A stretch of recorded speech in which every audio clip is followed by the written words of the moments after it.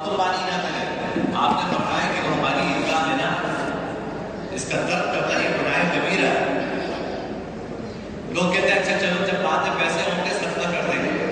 اچھی طرح سمجھے قربانی جو ہے وہ جانوری کی شکل ہے، اور ان 3 دنوں میں میں اگر آج ایک جانور ذبح کر دوں اور گوشت تقسیم کر دوں تو مجھے صدقے کا ثواب تو ملے گا، قربانی کا ثواب نہیں ملے گا. میں 12 تاریخ کے بعد وہ جانور ذبح کر دوں اور گوشت تقسیم کر دوں تو صدقے کا ثواب تو ملے گا کہ آپ نے غریبوں کو گوشت کھلا دیا، لیکن قربانی کا ثواب نہیں ملے گا. قربانی انہی 3 دنوں کے اندر ہے، اور ان 3 دنوں میں بھی جانور کی قربانی. ان 3 دنوں میں آپ کہیں کہ جی میں جانور قربان کرنے کے بجائے رقم صدقہ کر دوں، تو رقم صدقہ کرنے سے قربانی کا واجب ادا نہیں. تو جس کے پاس 1,45,000 مالیت کا نقد رقم، سونا چاندی، مال تجارت یا ضرورت سے زائد ساز و سامان گھر میں پڑا ہوا ہے اور اس کی مالیت اتنی بنتی ہے، تو ایسے شخص پر قربانی واجب ہے کہ وہ قربانی کرے، چاہے وہ مرد ہو چاہے عورت ہو. پورے گھر کی طرف سے ایک قربانی کی اجازت نہیں. یہ جو حدیث میں آتا ہے کہ ایک قربانی ایک گھر والوں کی طرف سے، بلکہ وہ تو حضور نے پوری امت کی طرف سے قربانی. تو اس کا مطلب یہ نہیں ہے کہ حضور نے کر دی یا ہم بھی ایک کر دیں پوری امت کی طرف سے تو کسی کو ضرورت نہیں. مطلب یہ ہے کہ جن کے اوپر قربانی نہیں ہے، اگر ثواب پہنچانے کے لیے آپ اس میں 100 لوگوں کو شریک کر لیں، 200 لوگوں کو شریک کر لیں، 10 آدمیوں کو شریک کر لیں کہ یا اللہ میں یہ نفلی قربانی کر رہا ہوں اور اس کا ثواب فلاں فلاں کو پہنچائے، تو اللہ تعالیٰ آپ کے اس نفلی عمل کا ثواب ان سب کو پہنچا دے. لیکن واجب قربانی ہر ایک کی اپنی الگ الگ. اگر بیوی صاحب نصاب ہے تو اس پہ الگ قربانی ہے، شوہر صاحب نصاب ہے اس پہ الگ قربانی ہے، بالغ لڑکا ہے جو صاحب نصاب ہے اس پہ الگ قربانی ہے، بالغ بیٹی ہے صاحب نصاب ہے اس پہ الگ قربانی ہے. ہر ایک کی قربانی جو ہے وہ الگ الگ کرنا یہ ضروری ہے. اور اس میں یہ بھی ذہن میں رکھیں کہ عام طور پہ انہی موقعوں پر شیطان جو ہے وہ مختلف بہانے ہمارے ذہنوں میں ڈالتا ہے، مختلف ہیلے بہانوں سے کہ بھائی قربانی تم کرو گے تو جانور قربان کر دو گے، تو حالانکہ کتنے لوگ جو ہیں ان کی ضرورتیں ہیں، غریب ہیں، مسکین ہیں، تو آپ کی قربانی کرنے کے بجائے ان کی رقم میں تقسیم کر دیتے. تو دیکھو بھائی بات یہ ہے کہ شریعت میں اگر کوئی عبادت خاص شکل میں مقرر ہوتی ہے تو وہاں پر وہ خاص شکل بھی موصول ہوتی ہے. قربانی ان 3 دنوں میں جانور کی شکل میں شریعت نے مشروع کی، لہذا آپ جانور کی شکل میں قربانی پیش کریں گے تو اللہ تعالیٰ کے یہاں قربانی کا واجب ادا ہوگا، قربانی کا فریضہ ادا ہوگا. اگر اس شکل میں نہیں پیش کریں گے تو قربانی آپ کی ادا نہیں ہوگی. تو جو عبادت کسی خاص شکل میں شریعت میں مشروع ہوتی ہے اسی شکل میں اس کو ادا کرنا پڑتا ہے. آپ اپنی طرف سے اس عبادت کے لیے کوئی خاص شکل اختیار کر سکتے ہیں. یعنی ہم روح کے بھی پابند ہیں اور ہم صورت کے بھی پابند ہیں. جیسے نماز ہے، بھائی 5 وقت نماز پڑھی جاتی ہے، تو کوئی آدمی کہے کہ یار میں مصروف ہوتا ہوں 5 وقت کی نماز صبح ہی پڑھ لوں فارغ ہوتا ہوں. نمازی ہے نا، تو 5 وقت کی نماز صبح ہی پڑھ کے فارغ ہوتا ہوں. یا کہے کہ مغرب کی 3 نماز میرا دل چاہا 6 پڑھ، تو ظاہر ہے مغرب نہیں ہوگی اس کی. 5 وقت کی آپ نے ایک ساتھ پڑھ لی تو آپ کی پوری دن کی نماز نہیں ہوگی. کیوں؟ وجہ یہ ہے کہ شریعت نے جس وقت نماز جس شکل میں مشروع کی ہے اسی شکل میں یہ نماز پڑھنا یہ ہماری ذمہ داری ہے. آپ ایک ساتھ 5 پڑھ لیں، فجر کی 2 کے بجائے 8 پڑھ لیں، اس سے فجر کی نماز نہیں ادا ہو. تو شریعت جس عبادت کو جس شکل میں مشروع کرتی ہے اسی شکل میں اس عبادت کو انجام دینا ضروری ہے. تو یہ جو قربانی ہے یہ جانور کے ذبح کی شکل میں شریعت نے مشروع کی ہے، تو اس میں جانور ہی قربان کرنے سے قربانی کا ثواب ہے. تو اس لیے قربانی کا اہتمام کرنا ہے، ہم سب کو قربانی کا اہتمام کرنا چاہیے. جہاں تک قربانی کی کھالوں کا تعلق ہے تو وہ بھی ذہن میں رکھیں کہ قربانی کی کھال آپ خود اپنے استعمال میں لانا چاہیں، اس کا کوئی مسلح بنانا چاہے یا کوئی چیز جیکٹ ویکٹ بنانا چاہے بنا. لیکن اگر آپ خود استعمال میں لے کے آنا چاہتے ہیں اور اس کو آپ کسی کو دینا چاہتے ہیں تو اپنے عزیز و اقارب میں سے کسی کو بھی وہ کھال دے سکتے ہیں. لیکن اگر کوئی اس کھال کو براہ راست نہیں استعمال کرتا، جیسے کہ ہمارے یہاں صورت حال ہے کہ کھال جو براہ راست نہیں استعمال کی جاتی ہے بلکہ اس کو بیچا جاتا ہے، تو پھر ایسی صورت میں بیچ کر اس کی رقم کسی مستحق زکات شخص کو مالک بنا کر دینا ضروری ہے. کھال تو آپ اپنے استعمال میں لا سکتے ہیں، لیکن اگر کھال بیچی جا رہی ہے اور اس کی رقم حاصل ہو رہی ہے تو پھر وہ رقم کسی مستحق شخص کو مالک بنا کر دینا ضروری ہے. ہم مختلف رفاہی اداروں میں کھالیں دے دیتے ہیں تو ظاہر ہے کہ کھال جو ہے وہ بیچی نہیں استعمال ہوتی، ان کھالوں کو بیچا جاتا ہے اور ان کی جو رقم آتی ہے وہ رقم ضرورت مندوں پہ خرچ کی جاتی ہے. تو یہی ضروری ہے کہ وہ رقم ضرورت مندوں پہ خرچ کی جائے. اگر خود کھال استعمال کر رہے ہیں تو اس کے لیے مستحق ہونا کوئی ضروری نہیں ہے، غنی شخص بھی مالدار شخص بھی وہ کھال براہ راست استعمال کر سکتا ہے. اسی طرح جانور کی کھال یا اس کا گوشت یا اس کے جسم کا کوئی حصہ قصائی کو اجرت کے طور پہ نہیں دیا جا سکتا. اچھی طریقے سے ذہن میں رکھیں، اس میں بہت غلطیاں کرتے ہیں.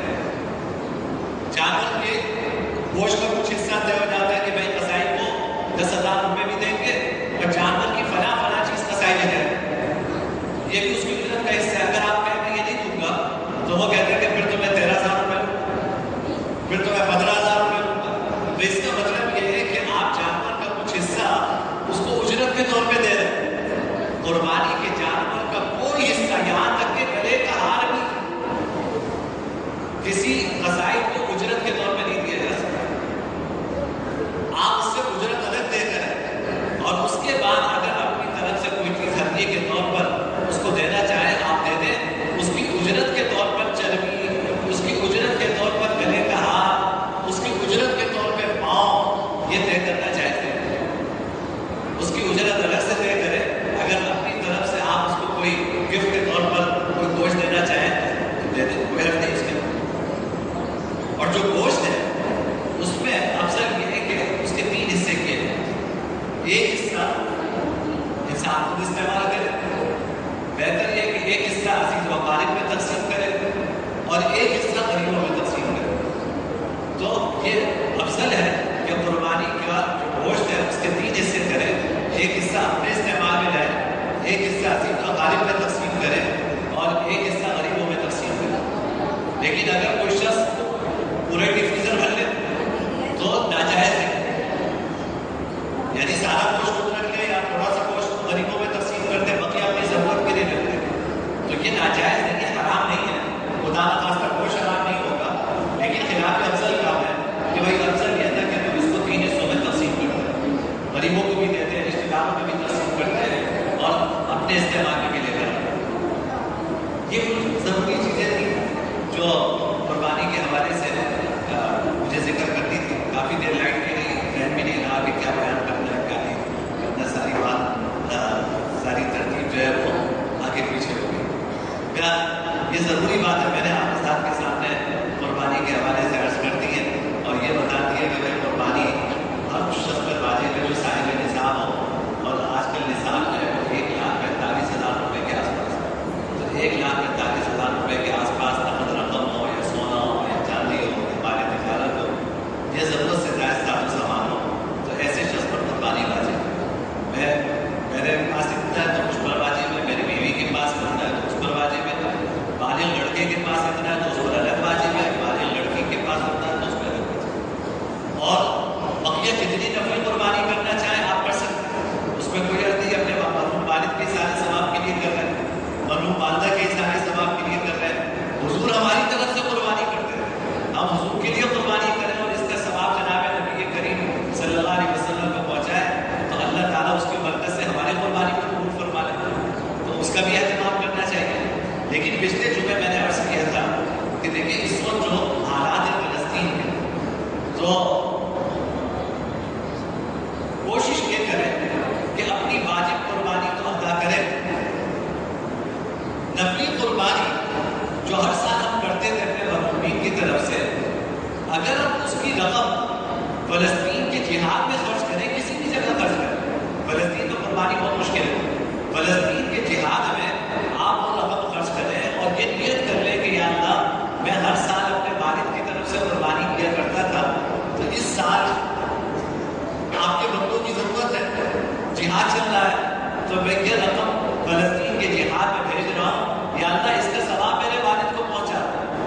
تو انشاءاللہ اللہ جو قربانی کا ثواب عطا فرماتے تھے، اس ضرورت کو پورا کرنے پہ اللہ اس سے زیادہ ثواب عطا فرماتا۔ تو اس کی فکر بھی کریں، یعنی دیکھیں حالات ہر وقت ایک جیسے نہیں ہوتے، کبھی حالات کچھ ہیں، کبھی حالات کچھ ہیں۔ ایک زمانہ تک ٹھیک ہے، آپ 50-50 نفلیں قربانیاں کرتے تھے، 40-40 کرتے تھے، لیکن اب اس وقت عالم اسلام کی ضرورت مختلف ہے، تو ان ضرورتوں کو دیکھ کر اپنے طرز عمل میں تبدیلی لانا یہ عین شریعت ہے، عین دین ہے۔ دین اپنی خواہش پورا کرنے کا نام نہیں ہے، دین وقت کے تقاضوں کو پورا کرنے کا نام ہے، دین اس بات کا نام ہے کہ میرے اللہ اس وقت مجھ سے کیا چاہتا ہے۔ تو اس وقت فلسطین کا جہاد چل رہا ہے، تو اس میں ہم کوشش یہ کریں کہ نفلی قربانی جو ہم یہاں کرتے تھے، اگر اللہ کسی کو وسعت دے یہاں بھی کر لے قربانی، لیکن وہاں بھی رقم بھجوائے اور اس وجہ سے بھجوائے کہ یا اللہ میں جن کی طرف سے قربانی نہیں کر سکا اپنے مرحومین کی طرف سے، اس کا ثواب آپ انہیں عطا فرما دیں، اللہ اس جہاد کی برکت سے اس سے کہیں زیادہ ثواب عطا فرمائے۔ اور قربانی کے جانور میں بھی اعتدال پیش نظر رکھیں، نہ اتنا ملین اور لاغر جانور ہونا چاہیے کہ لگے کہ جان چھڑائی آپ نے، اور نہ اتنے پیسے خرچ کریں کہ لگتا ہے کہ دین کی کوئی اور ضرورت باقی ہی نہیں رہی، سارا جو ہے وہ اسے قربانی پہ خرچ ہو رہا ہے، تو یہ بھی مناسب طرز سے عمل نہیں ہے۔ اعتدال کے اندر رہتے ہوئے اللہ نے آپ کو جتنی وسعت عطا فرمائی ہے، اعتدال میں رہتے ہوئے قربانی پہ خرچ کیجیے، نہ اپنی وسعت سے کم خرچ کرے، نہ ضرورت سے زیادہ خرچ کرے۔ عام طور پہ ضرورت سے زیادہ جب انسان خرچ کرتا ہے نا اور لاکھوں کی قربانیاں لے کر آتا ہے، 20 لاکھ 25 لاکھ 50 لاکھ اس کا شہرہ ہوتا ہے، تو اس میں بڑا خطرہ یہ ہوتا ہے کہ اللہ کے لیے قربانی کے بجائے اس میں شیطان دل میں فتور ڈال دیتا ہے اور پھر شہرت پیش نظر ہو جاتی ہے۔ تو اپنے آپ کو ان چیزوں کا شکار ہونے سے ہمیں بچانا چاہیے۔ ہماری یہ شہرت کہ فلاں ایسا جانور لائے، فلاں ایسا جانور لائے، حدیث میں آتا ہے کہ جس شخص کی طرف انگلی اٹھانا شروع ہو گئی، انگلی اٹھنا شروع ہو گئی، چاہے اچھی شہرت ہو یا بری شہرت ہو، فرمایا کہ ایسا شخص فتنے میں پڑ جاتا ہے۔ جس شخص کی طرف انگلی اٹھانا شروع ہو گئی کہ بھائی فلاں کے پاس جا کے دیکھو اس کا قربانی کا جانور کیا ہے، فلاں کو دیکھو، یہ بہت خطرناک چیز ہے، یہ کسی وقت بھی انسان کو پھسلا سکتی ہے۔ اس لیے اعتدال میں رہ کر خوشدلی کے ساتھ قربانی کرنی چاہیے، نہ بہت زیادہ اس میں خرچ کریں کہ سب میں نمایاں ہو، نہ اتنی کنجوسی سے کام لیں کہ یہ سمجھ میں آئے کہ جی آپ نے صرف جان چھڑائی۔ اللہ کی رضا کے لیے اللہ جتنی وسعت دے اس کے مطابق قربانی کا فریضہ انجام دے اور اپنے